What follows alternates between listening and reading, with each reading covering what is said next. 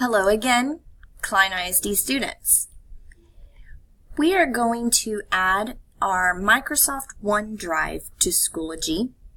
It's very similar to how we added our Google Drive. So when you're in Schoology, we're going to go up here and we're going to click on Resources.